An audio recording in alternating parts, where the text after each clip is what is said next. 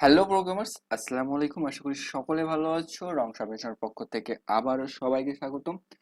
তো আবারও আমরা স্ট্রিং অ্যালগরিদম সিরিজের আরেকটি অ্যালগরিদম নিয়ে আলোচনা করব। অ্যালগরিদমটির নাম হচ্ছে স্ট্রিং হ্যাশিং। তো আমরা স্ট্রিং অ্যালগরিদমের অনেক কিছু করে চলে আসছি। আজকের ভিডিওতে আমরা যে কাজটি করব সেটি হচ্ছে স্ট্রিং হ্যাশিং সম্পর্কে জানবো। স্ট্রিং হ্যাশিং কেন করতে হয়, কিভাবে করতে হয় এবং আমরা ইমপ্লিমেন্ট করব।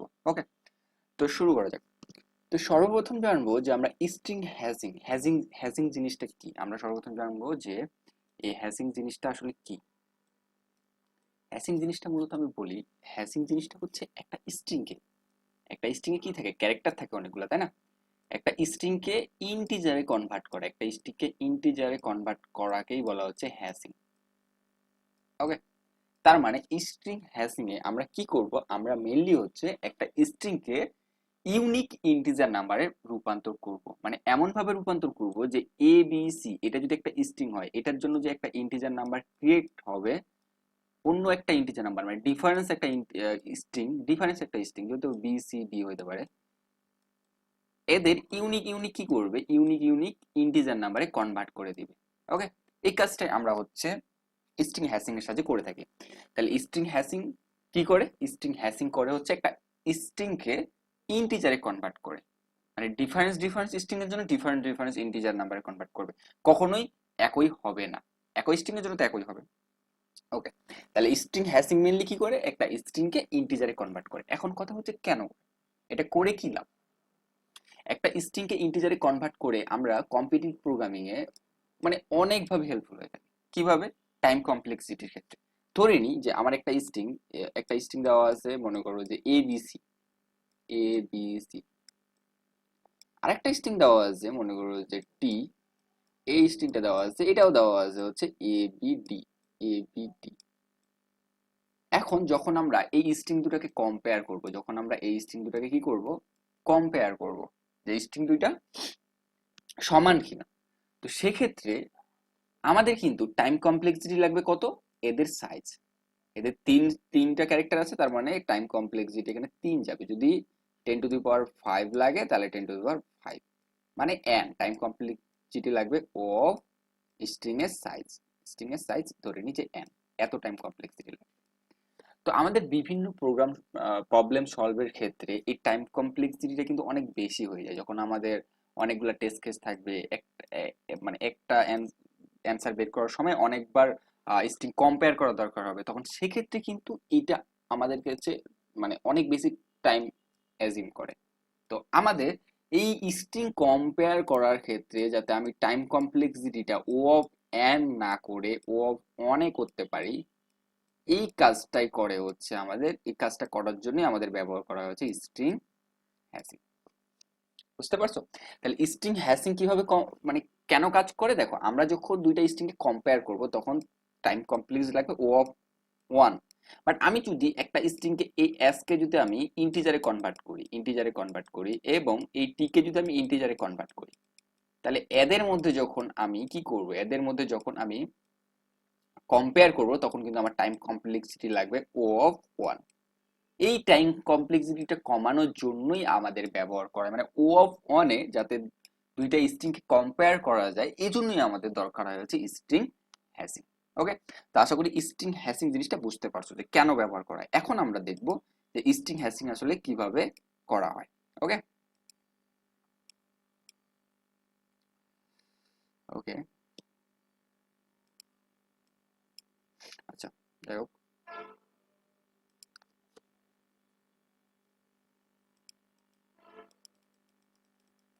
সরি। এখন আমরা দেখবো যে কিভাবে স্ট্রিং হ্যাশিংটা করতে হয়। তো স্ট্রিং হ্যাশিং এর জন্য আমাদের একটা সূত্র জানতে হবে। এই সূত্রটা আমাদের জানতে হবে। তো স্ট্রিং হ্যাশিং এর জন্য এই হ্যাশ ফাংশন কিভাবে বের করতে হয় সেটার জন্য আমাদের এই সূত্রটা জানতে হবে। এই সূত্রটা খুবই ইজি একটা সূত্র, সেটা হচ্ছে যে একটা স্ট্রিং এ যখন আমরা ইন্টিজারে কনভার্ট করব তখন কি করব, একটা প্রাইম নাম্বার লাগবে। এখানে পি হচ্ছে একটা প্রাইম নাম্বার, এখানে পি হচ্ছে একটা প্রাইম নাম্বার, আর এস তো একটা স্ট্রিং। ঠিক আছে, তো আমাদের কি করতে হবে, আমাদের যে কাজটা করতে হবে সেটা হচ্ছে প্রত্যেকটা ক্যারেক্টার মানে প্রথম থেকে পি অফ জিরো গুণ করতে হবে প্লাস পি অফ ওয়ান গুণ করতে হবে পরের ক্যারেক্টার সাথে, তারপর হচ্ছে পি অফ টু গুণ করতে হবে, তারপর হচ্ছে পি অফ, এভাবে ডট ডট চলবে। ব্যাপারটা হচ্ছে এরকম যে আমার একটা স্ট্রিং যদি দেওয়া থাকে এবিসি, এবিসি, তাহলে এটার আমি হ্যাশ ফাংশন, হ্যাশ মান কি পাবো, হ্যাশ ভ্যালু কি পাবো, বা ইন্টিজার ভ্যালুটা কি পাবো, ইন্টিজার ভ্যালুটা পাবো এরকম যে এ ইন্টু আমি যদি একটা প্রাইম নাম্বার ধরে নিই 3, প্রাইম নাম্বার ধরে নিই 3, তাহলে 3 এর ওপর 0 প্লাস, তারপর কি পাবো যে বি ইন্টু 3 এর ওপর পাওয়ার 1 প্লাস সি ইন্টু 3 এর ওপর পাওয়ার হচ্ছে 2। ওকে, তার মানে ব্যাপারটা হচ্ছে a into 1 plus b into 3 plus c into 9। এইটা, এই যে এখানে যে আমার নাম্বারটা কনভার্ট হবে এটাই হবে হচ্ছে আমার হ্যাশ নাম্বারের ইন্টিজার ভ্যালুটা, এটাই আমার অ্যান্সারটা আসবে, এটাই আমার অ্যান্সারটা। ঠিক আছে, তাহলে হ্যাশ ভ্যালু কিভাবে বের করতে হয়, খুবই ইজি। প্রথম ক্যারেক্টারটাকে একটা যে কোনো প্রাইম নাম্বার পাওয়ার 0 দিয়ে গুণ করতে হবে, তারপর পাওয়ার 1 দিয়ে গুণ করতে হবে, তারপরের ক্যারেক্টার থেকে তারপরের ক্যারেক্টারকে পাওয়ার 2 দিয়ে এভাবে বাড়তে থাকবে এবং সবগুলা ভ্যালুকে কি করে দিতে হবে, যোগ করে দিতে হবে। তাহলে আমি একটা স্ট্রিং এর কি পেয়ে যাব, একটা স্ট্রিং এর হ্যাশ ভ্যালু পেয়ে যাব, বা হচ্ছে ইন্টিজার ভ্যালু পেয়ে যাব। ওকে, তো এই স্টেপে আমরা এই ইন্টিজার বের করাটা বা হ্যাশ ভ্যালুটা বের করা আমরা হচ্ছে কোড করব। ওকে, তো চলো কোড করা যাক। তো সর্বপ্রথম কি করব, আমি একটা টেস্ট কেস নিয়ে নিই, তোমরা যেভাবে ইচ্ছা করে নিতে পারো তোমাদের মতো করে। তারপর একটা স্ট্রিং নিই। ওকে, এরপর আমি কি করব, আমি ইন্টিজার কনভার্ট করি যে অ্যান্সার ইকুয়াল, আমি পাবো ধরে নিই যে গেট হ্যাশ নামে একটা ফাংশনের মধ্যে স্ট্রিংকে কল করব, গেট হ্যাশ আমাকে কি করবে, হ্যাশ ভ্যালু দিবে স্ট্রিংটার, তারপর আমি মানটাকে কি করব, প্রিন্ট করে দেবো। ওকে, এখন আমাকে যেটা করতে হবে সেটা হচ্ছে গেট হ্যাশ ফাংশনটা বানাইতে হবে। তো ইন্ট গেট হ্যাশ, এখানে আমার কি দিবে, স্ট্রিং আসবে, আসুক। তো আমাকে সর্বপ্রথম কি লাগবে, আমি যেটা অ্যান্সারটা বের করবো, অ্যান্সারটা রাখলাম, অ্যান্সারের মধ্যে 0 রাখলাম কারণ আমার প্রথমে 0ই থাকবে।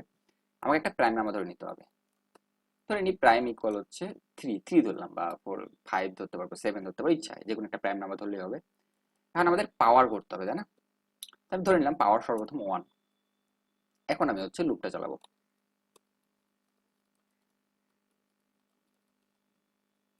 ওকে, এখন আমার সামটা অ্যান্সারটা যোগ করবো, যে অ্যান্সার ইকুয়াল অ্যান্সার প্লাস কি, অ্যান্সার প্লাস আমার কি করতে হবে, আমাকে হচ্ছে ওই ক্যারেক্টারটা সাথে গুণ করতে হবে পিও, মানে power of p to the power 0, p to the power 1, p to the power 2, এভাবে যোগ করতে হবে। তো আমি এটা জাস্ট এইভাবে ইজিলি করে ফেলবো যে পাওয়ারটা জাস্ট গুণ করে দিলাম।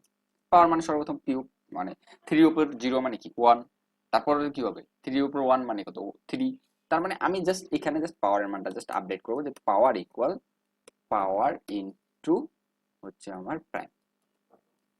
এই জায়গাটা যেটা করতেছি সেটা হচ্ছে এর পরের বার 3 হয়ে থাকবে, মানে 3 উপর 1 হয়ে থাকবে, তারপরের বার যখন 3 এর সাথে 3 গুণ হবে 9 হয়ে থাকবে, তারপরের বার 27 হয়ে থাকবে, তারপর 21 হবে, মানে আমার পাওয়ারটা এখানে কাজে লাগবে। আর এখানে যখনই ঢুকবে তখন হচ্ছে আমার পাওয়ারটা ওই ক্যারেক্টারটার সাথে গুণ করে অ্যান্সারের মধ্যে যোগ হয়ে যাবে। ঠিক আছে, তারপর আমি এটা জাস্ট রিটার্ন করি, রিটার্ন অ্যান্সার।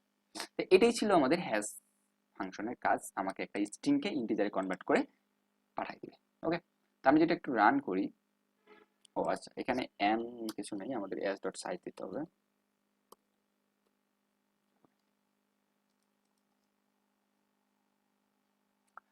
তো আমাদের প্রত্যেকটা আলাদা আলাদা স্ট্রিংয়ের জন্য ইউনিক ইউনিক ইন্টিজার নাম্বার দিবে, আমরা আগেই বলছি। তো ধরি এ বি দিলাম, এটার জন্য দিল একটা, এ বি সি দিলাম এটার জন্য একটা, যা যেটা ইচ্ছা দেন, এটার জন্য তোমাকে একটা করে ইন্টিজার নাম্বার কনভার্ট করে দিবে। ওকে, তো এটাই ছিল আমাদের কাজ।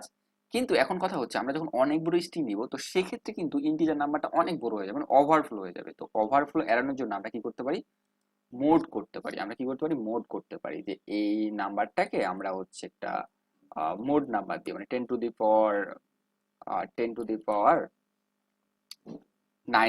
প্লাস 7 বা যে কোনো একটা নাম্বারের যেটা দিয়ে মোড করতে বলে কোশ্চিনে, সেটা দিয়ে মোড করে নিতে পারি। তাহলে মোড করলে আমাদের হচ্ছে এইটা ওভারফ্লোটা হবে না। ঠিক আছে, এই কাজটা আমাদের করে নেবো আর কি। ওকে, তো এটুকুই ছিল আমাদের আজকের ভিডিওতে, যে আমরা স্ট্রিং হ্যাশিং সম্পর্কে জানলাম। স্ট্রিং হ্যাশিং জিনিসটা কি, স্ট্রিং হ্যাশিং কিভাবে কাজ করে, কেন স্ট্রিং হ্যাশিং দরকার, এবং কোডটাও দেখলাম। তো ঠিক আছে, ভালো থাকবে, সুস্থ থাকবে। আল্লাহ হাফিজ।